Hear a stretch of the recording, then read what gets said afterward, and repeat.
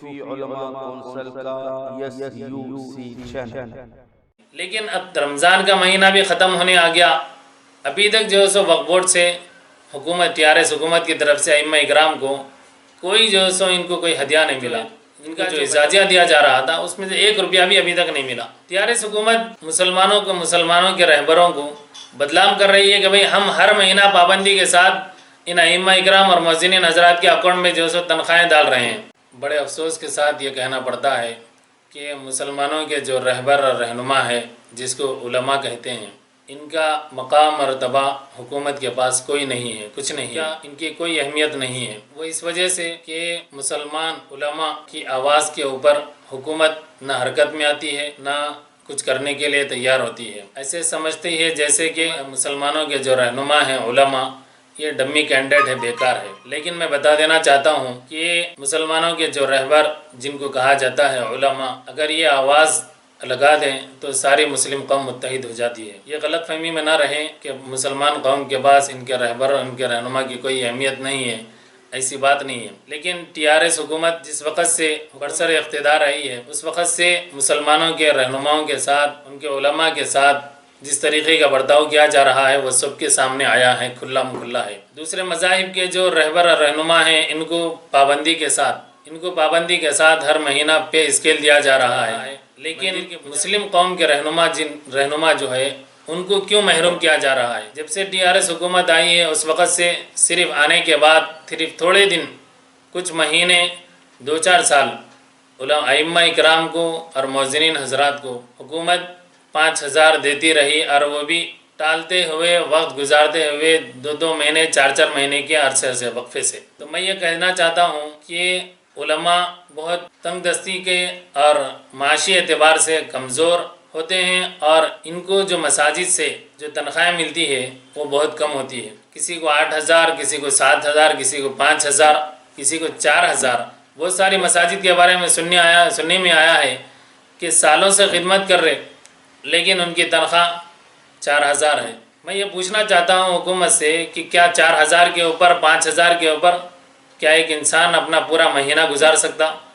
ایک طرف دیکھے تو مہنگائی آسمانوں کو چھو رہی، ایک طرف دیکھے تو جو اسو زندگی گزارنے کے جو اسباب ہے، جو سامان ہے، اس کی قیمت آسمانوں کو چھو رہی ہے۔ تو 5,000 میں، 4,000 میں، 7,000 میں ایک مسلمان، ایک عام انسان کیسے زندگی گزارے گا؟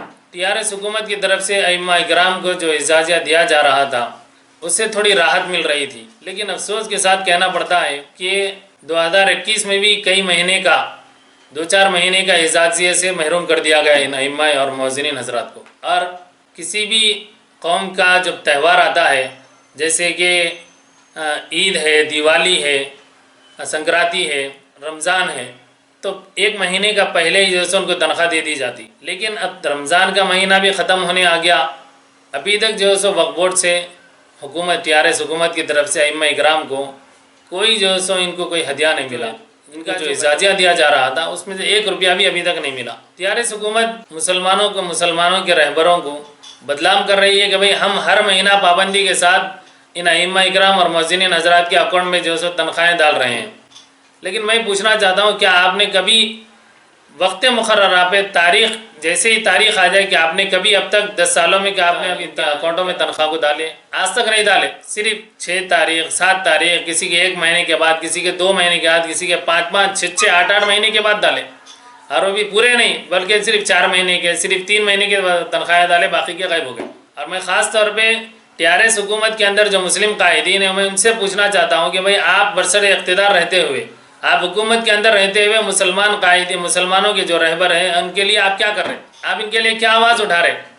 آپ اپنے لیے جو ہے بہت آواز اٹھاتے، آپ اپنے لیے بہت جو دھرنے دیتے، آپ اپنے لیے بہت سارے طور طریقے اختیار کرتے، لیکن ان مسلمانوں کے جو رہبروں کے لیے آپ کیا کر رہے ہیں؟ لہذا میں ایک بحیثیت امام ہونے کے، ایک بحیثیت قوم کا رہبر ہونے کے، میں مسلم قائدین اور بطور خاص TRS حکومت کے اندر جو برسر اقتدار قائدین ہیں، میں ان سے کہنا چاہتا ہوں کہ آپ اپنے رہبروں اور اپنے رہنماؤں کے لیے آواز اٹھائیں، ان کے لیے آپ آواز اٹھائیں، آپ ان کے لیے بڑھ چڑھ کر آگے ان کے لیے حصہ لیں۔ افسوس ہے کہ بھئی ایک مسلم قوم کے رہنما سڑک پہ آ جائے، دھرنا دے، اور جو ہے سو لاٹھی چارج ہو، اور جو ہے سو زخمی ہو، اور آپ تماشا دیکھتے رہ جائیں. اس واسطے میں عرض یہ کرنا چاہتا ہوں ہمارے دکھ درد کو آپ لوگ سمجھیے. اس مہنگائی کے دور میں تیل کی قیمتیں آسمان پہ چھو رہی اور جو سو کرانے کی قیمتیں آسمان کو چھو رہی, پٹرول کا ریٹ بڑھ رہا, ہر چیز کا ریٹ بڑھ رہا, گھروں کا کرایہ بڑھ رہا, لیکن ہماری تنخواہوں کے بڑھنا, ہماری تنخواہوں میں اضافہ نہیں ہو رہا. وہی سالوں سے خدمت کرتے آ رہے, 5,000 4,000 6,000, کوئی